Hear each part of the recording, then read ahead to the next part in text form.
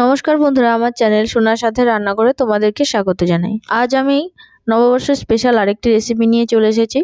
আজকে করেছি কচুলতি দিয়ে চিংড়ির পাতুরি। তো দেরি না করে রেসিপিটি শুরু করে দিচ্ছি।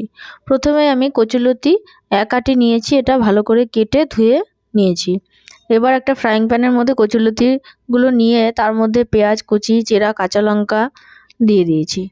এবার দিয়ে দেব নুন হলুদ দিয়ে মেখে রাখা চিংড়ি মাছ তোমরা চাইলে কুচেও নিতে পারো, আবার একটু বড় সাইজেরও নিতে পারো।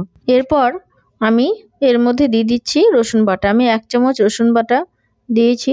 এরপর দিয়ে দেবো হাফ চামচ মতন জিরে গুঁড়ো, আর দিয়ে দেবো হাফ চামচ শুকনো লঙ্কার গুঁড়ো, দিয়ে দেবো পরিমাণ মতো নুন আর হলুদ, আর অবশ্যই দিতে হবে কাঁচা সর্ষের তেল। সর্ষের তেলটা একটু বেশি পরিমাণে লাগবে, কারণ কচুলতির এই পাতুরি করতে গেলে তেলটা একটু বেশি পরিমাণেই দিতে হয়। এবার সব কিছু আমি ভালো করে হাত দিয়ে মেখে নেব। এবার মেখে নেওয়ার পর আমি এটাতে কালারের জন্য আর একটুখানি কাশ্মীরি লঙ্কার গুঁড়ো দিয়ে দেবো। 1 চামচ মতন কাশ্মীরি লঙ্কার গুঁড়ো আমি দিয়ে দিচ্ছি। এবারে এটাকে আবার আমি ভালো করে হাত দিয়ে মেখে নিচ্ছি। এবার ফ্রাই প্যানটাকে আমি গ্যাসের উপরে বসিয়ে দিচ্ছি। গ্যাসের উপর বসিয়ে সামান্য পরিমাণে জল আমি ছিটিয়ে দেব এবং ঢাকা দিয়ে এটাকে রান্না হতে দেব। 5-7 মিনিট পর আবার আমি একটু উল্টে পাল্টে দিচ্ছি। এইভাবে ঢাকা দিয়ে দিয়েই কম আঁচে কচুলতিটা রান্না হবে। মাঝে মাঝে একটু নেড়ে চেড়ে দিতে হবে। আরও 10 থেকে 15 মিনিট পর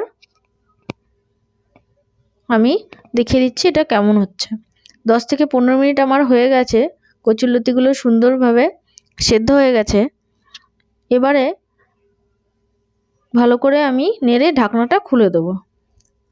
এবারে সামান্য একটুখানি চিনি আমি দিলাম, কচুলতিটা একটু মিষ্টি মিষ্টি হলে ভালো লাগে। এবারে কচুলতিটা টান টান হওয়ার পর্যন্ত হতে দেবো।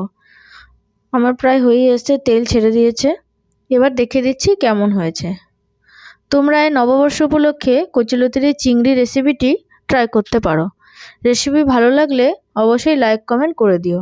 রেসিপিটি ভালো লাগলে অবশ্যই আমার চ্যানেলকে একটা সাবস্ক্রাইব করে দিও, আর ওপরে থাকা বেল আইকনটা টিপে দিও। তাহলে আমি যখন কোনো নতুন রেসিপি আপলোড করব তাহলে তার নোটিফিকেশন তোমরা পেয়ে যাবে। ধন্যবাদ আমার সঙ্গে থাকার জন্য। টাটা।